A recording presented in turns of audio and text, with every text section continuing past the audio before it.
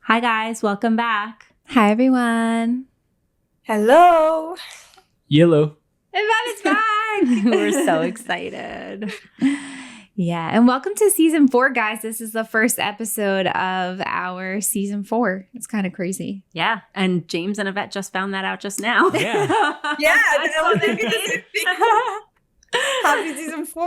I love it. Yeah. I find it ironic that every time we start or end a new season, Yvette's always here. Yes. Yeah. It just works out. Yeah. Yeah. Yeah. And like purposefully, but not purposefully It's- at the same time. It works. Yeah. So It feels like home. it does. It's It so happy. does. I'm so happy to have you here with us today. Feeling Yeah. like a little bit of like giddiness from it. Yeah. Joy. I want to give Yes. a shout out to our friend Sam. We also met with Sam this morning. She listens to the podcast for like a long time, and we just had the coolest encounter with her this morning. So shout out, Sam. Thank you so much for like just everything, for the prayer and for the time. And it was just awesome. Yeah. It was beautiful. And for when I passed out in school. And she saved you. She saved your life.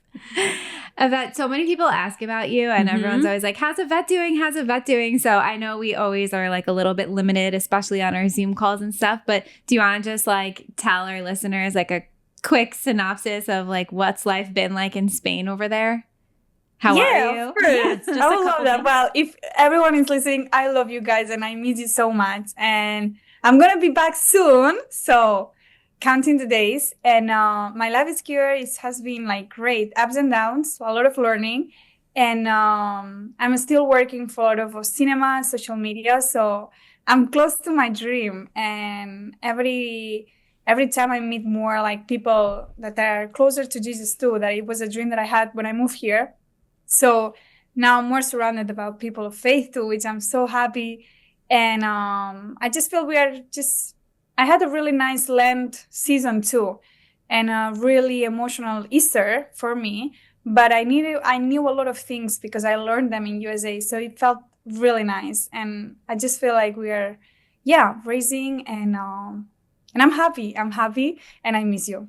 Yeah. That's a little bit. And I feel like you like really built up your faith there in Spain. Because I remember, like, we talked about this on like the last episode you were with us, and how hard it was to have that transition, and how it seemed like it wasn't going to work out.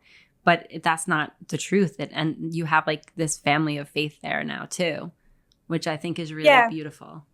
Yeah, and I also like learned that sometimes you have to be the one who spreads your faith, and then you bring people close to you and you start sharing these stories, or maybe people that don't put the name that I put. They don't, for example, call it God or Jesus or whatever, but they are trying to find their faith in something. And then thanks to my testimony and my experience, they know God. And a lot of people now next to me are watching The Chosen, and they are asking a lot of questions. My sister has prayed for the first time. My family came to me with to see the Easter procession too. We have been praying together every now, like when we are reunited, for example, in my family, we have dinners. They prayed. We all take our hands and I pray. And maybe not all of them have Jesus like I do in their lives, but they have something. And sometimes you have to be the one who bring Jesus to the others' lives. And I was waiting for the others to bring Jesus to me. And I was like, I already have him. What I have to do right now in Spain is bring Jesus to the other, And I feel I'm doing it, and I feel that it's like growing, and I feel like Jesus always finds a way to any sparkle of light in others' lives to just like getting, and sometimes you have to be the one who helps to open that door for the others, and that's what I have been doing. Stop waiting for the others to come to me talking about Jesus, and be the one who talks about Jesus. Wow, I feel like you just set up this whole episode. Totally.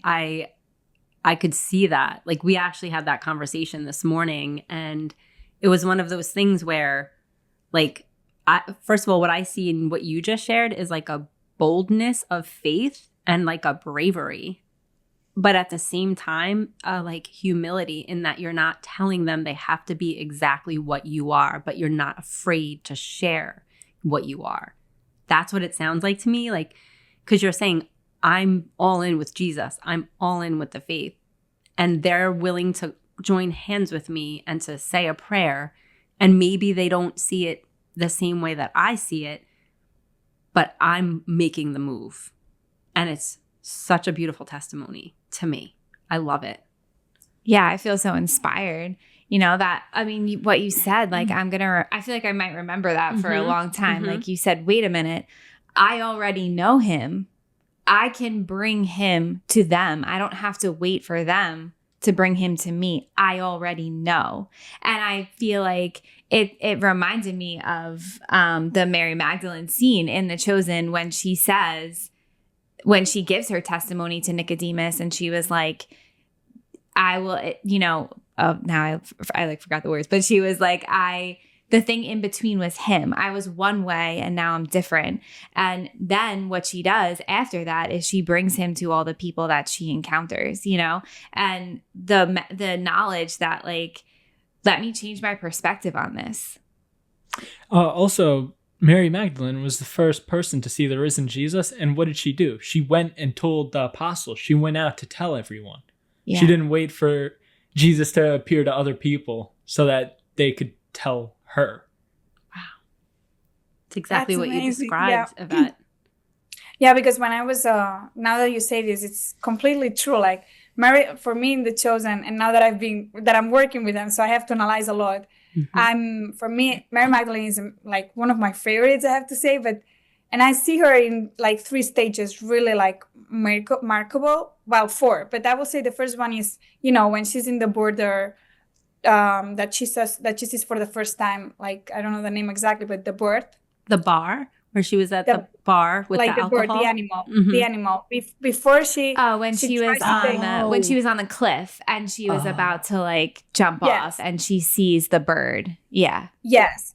And then after this stage, like when she knows Jesus and she changes, and it's when she says like there is a between before him and after him. And then actually after him, she confronts the Pharisees saying like, I'm not Mary of whatever. I'm Mary of Magdalene, daughter of the creator of the universe. You know what I mean? So I just felt like I also went through these different stages, when I was in that first stage where you don't know him, and I can see that stage in a lot of people. And then sometimes you have to be that bird, that animal to the other people. And I've seen how my testimonies and my experiences knowing him, when I share them, I can help people to go from one of the stages till the other one. You know what I mean? And I think it's super important because, it's what you exactly said. When I was here, I was like, I hope people can find a Marisa and a Janine like I did, because I could not know all the things that I know without them, But then when I was in Spain, I was like, maybe I can be a little bit of them here for other people. And when I arrived, for example, my aunt, for example, she was a little bit lost in faith and all that. She was feeling like Jesus was not there anymore. And I was the one who told her, like, look, he's always there. It's you that you are running away from him. It's never him running away from you. So after 1 year, she was in that state. And after 1 year, she told me the other day during Easter, I think I heard him saying, let me in. And I was like, is that you? Are you telling me that you have been trying to reach him and sharing this personal experience that she had? She never did that before. And thanks to that, my cousin started to talk. And I was just listening to them. And I was like, how important is to share what you have to share about him? Because you never know what you can make growth in others' lives. Like Mary Magdalene. Yeah. I like how you talked about the stages. I really could see the stages. If it's like, I never actually thought of it like that, but so you have the before the encounter, which is where she was kind of lost and just running away. She was running to things that weren't making her feel better. And then she was running away from things that were not making her feel better.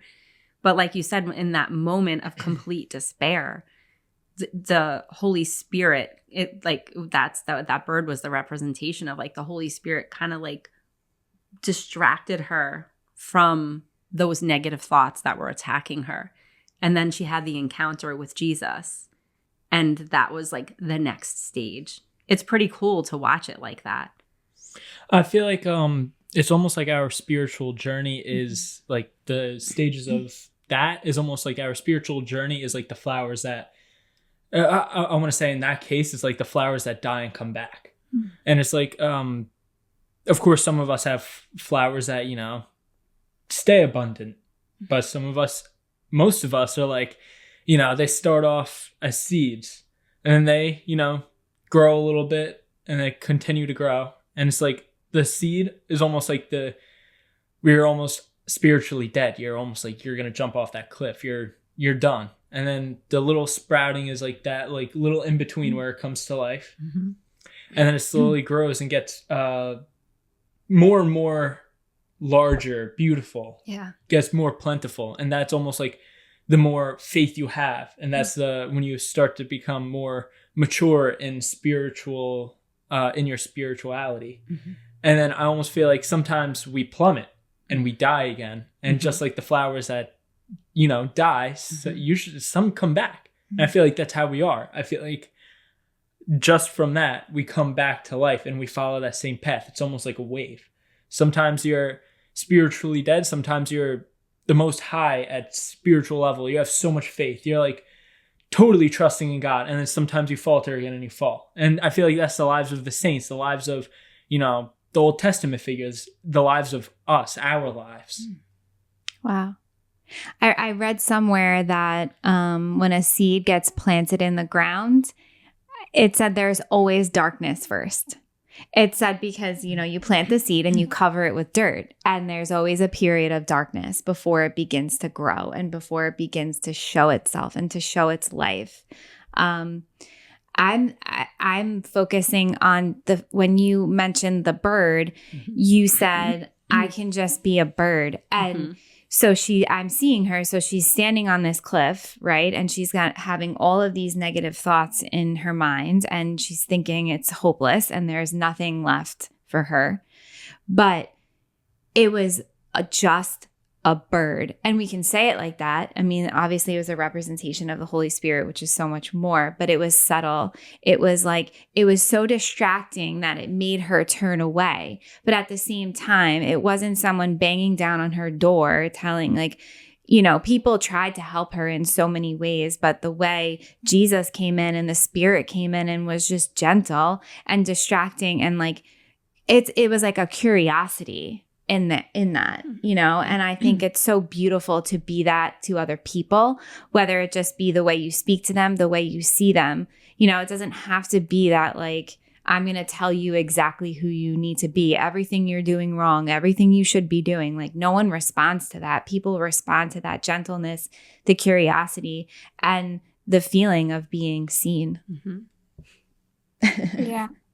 And something that I like a lot about Mary Magdalene too is like how human she was, because like sometimes when I'm trying to be the perfect Christian or you know the perfect Catholic, and sometimes I have to hear these sentences like, but you like go out and party if you're Catholic, and I'm like, what do you mean, you know, or but then you cannot lie if you are Catholic, because then Jesus, whatever, you know, and I just like how sometimes we go to this mistake, you know, of thinking that we have to be that perfect Christian to be loved by him.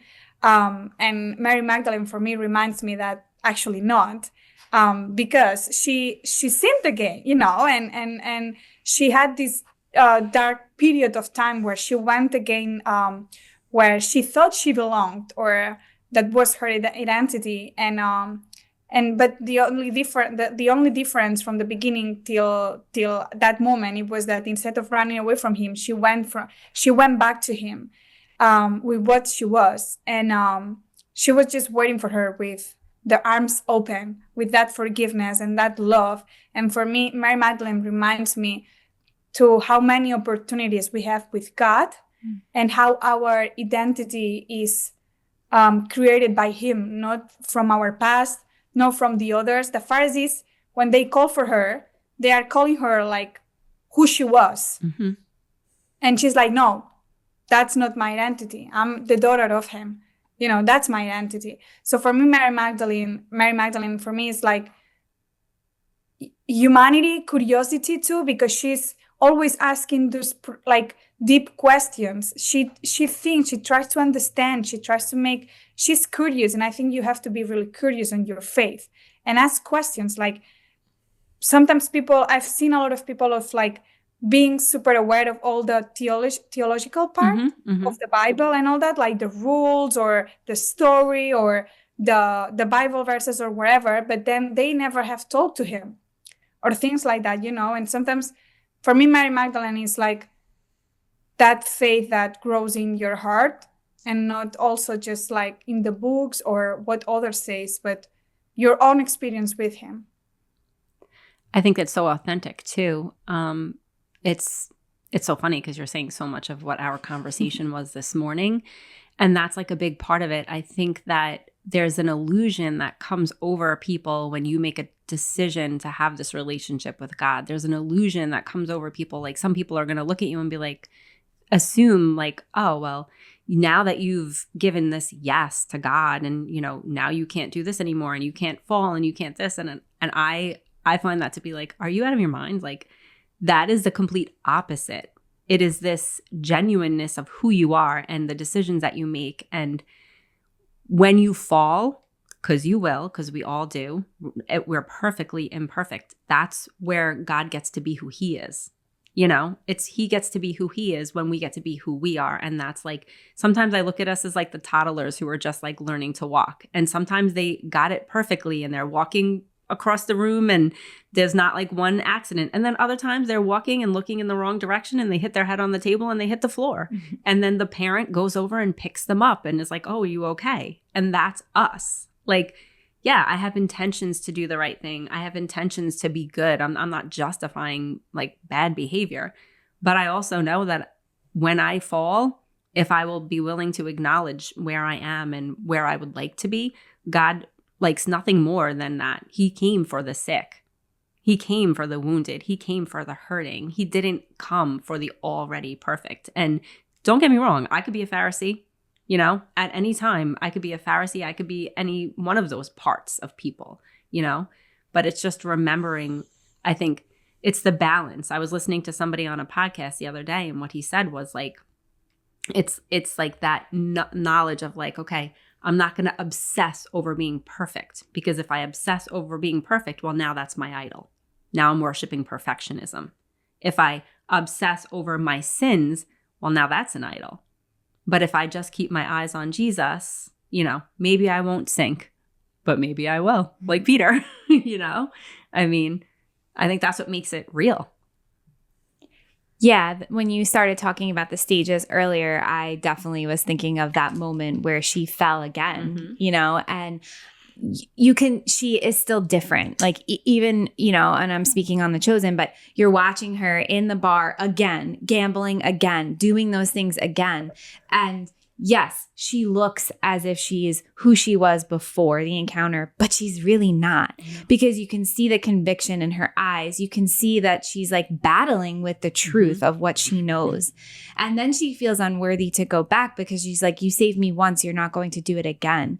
And in that moment, when he accepts her back into his arms, she knows and she grows from it. You can see the difference in her from that falling down and getting back up again. Like when we make that decision to let that yes you say that we give, yeah, there is a desire to be better. There is a desire to do better and, make better decisions. But obviously we can't do that. It is humanly impossible to do that. And it's almost like when we fall again or we fall and make that like same mistake again, if we choose to turn back to him where he's waiting for us, the growth and the change that happens becomes even more. Like the word that stands out to me is rise. Mm-hmm. Like you fall again, and when you rise, you get back up different, and then you fall again. And then you every time you fall and get back up again with his grace, with his forgiveness, with his love, being held in his arms, allowing him to pick you up and heal you and tend to your little boo-boo that you got when you hit the table and you fell. You are more. You are more every single time. Yeah, for me, Jesus doesn't teach you how to not do it bad. For me, he teaches you how to do it better, And it's curious because in London, I just ended up in a meeting of a Lent course with people from everywhere, and I was in this church, and they were talking about the book, and they were saying about something I cannot remember exactly, but it was like a singer that before he was playing the guitar without knowing Jesus, and then he found out Jesus. And he found out his faith and all that, and then he was playing the same songs, but he was different on the stage. And someone asked him, like, what you just changed it? What just happened? Because you are just singing and playing the same song. And he said, I just relearned how to play correctly my song, and we were talking about that. And I said, like, actually, I came back to my hometown. I'm doing the same routines. I have the same friends, and I've done sometimes the same mistakes as I did last year, but they felt different because I faced them differently. Because when I was in the middle of this stage or middle of this, this situation that reminds me to a past situation or whatever, I stop and I go to him, or I stop and I think about what he has taught me, or I stop and I think about my own testimonies or others' testimonies, and I act differently. And that's what people are seeing about me. They are not seeing my faith because maybe they cannot see it because they don't know Jesus or whatever. What they are seeing from me is that in between, is that like, wow, like the way she is acting differently in similar situations that I had before, because it's not like now I'm perfect or whatever. No, I do mistakes, and sometimes I have bad days, and sometimes, I still have past situations that go after you or whatever. But the way that I face them, or the way that I choose to answer them, it's completely different. It's more, it has grace on it, forgiveness, empathy. I don't know. It just feels different. And I think that's what Jesus gives you. And that's what Jesus gave to Mary Magdalene, to face that situation differently. And that was what Jesus gave to all the disciples. And you said something that really struck to me, Marisa. You said, like, Mary Magdalene had her eyes focused on Jesus, not on the other things. And that's, for me, something that made her really special for me.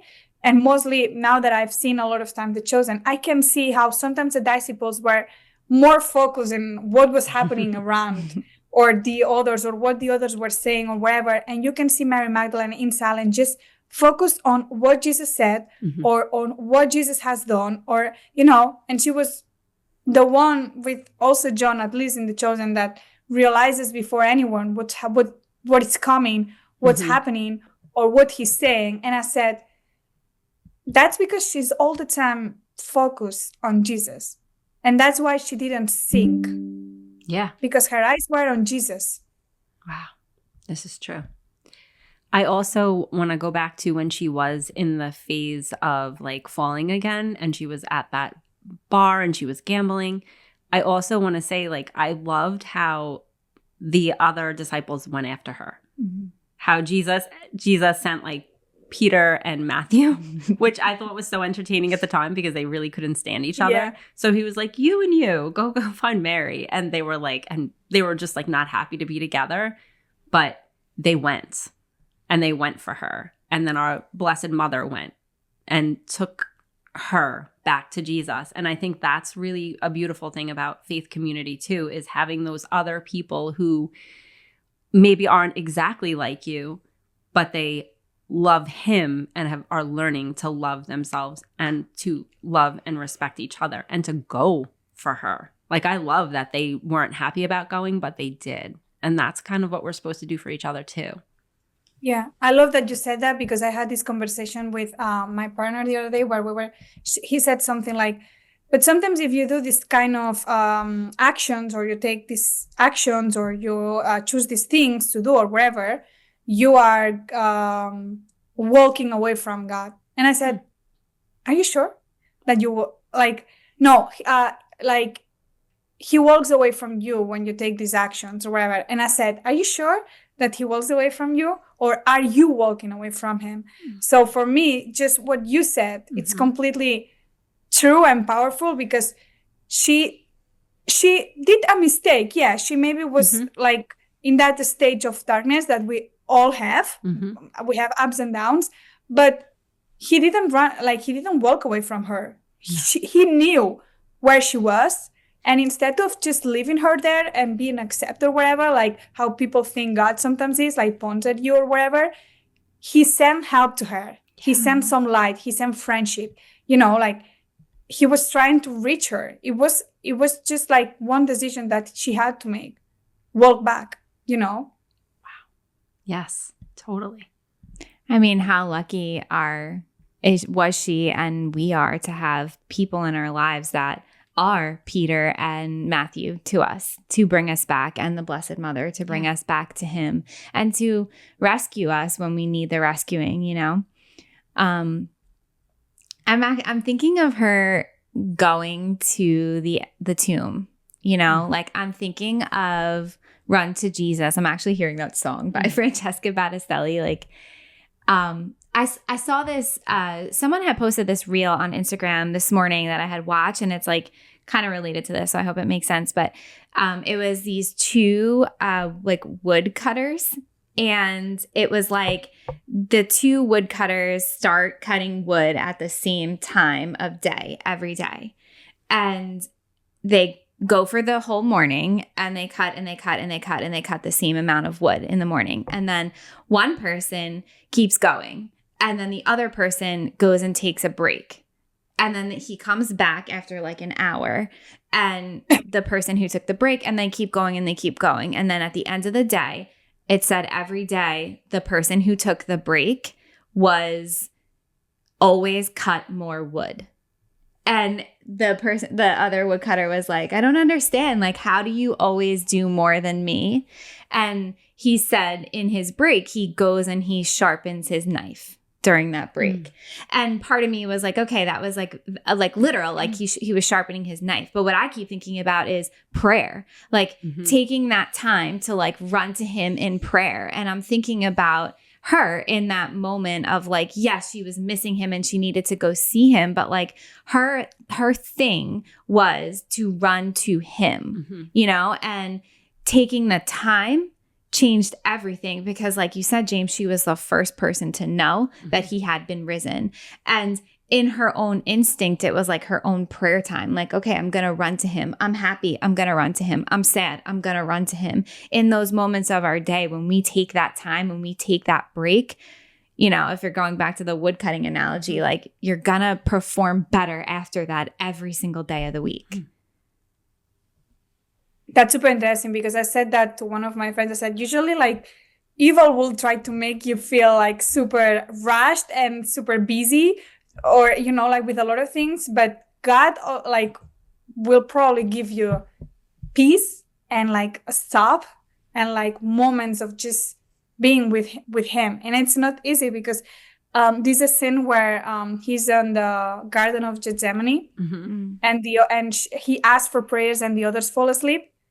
And one of the things he says is like, you know, like the I don't know how he said, but he said something like, our willing to pray and to go to him is really big, but the humans, we are weak on that, you know, because we feel distracted. The phone, Instagram, TikTok, wherever. I have time, let's do Netflix, you know. So I think it's super important to try to find those stops and those moments where you just stop and you are alone with him. Sometimes you can just breathe watching the sunset. Sometimes you can just hear one of his songs. Sometimes you can just like read the Bible. Sometimes you can just be in silence in your room. Sometimes you can go to the mass, wherever.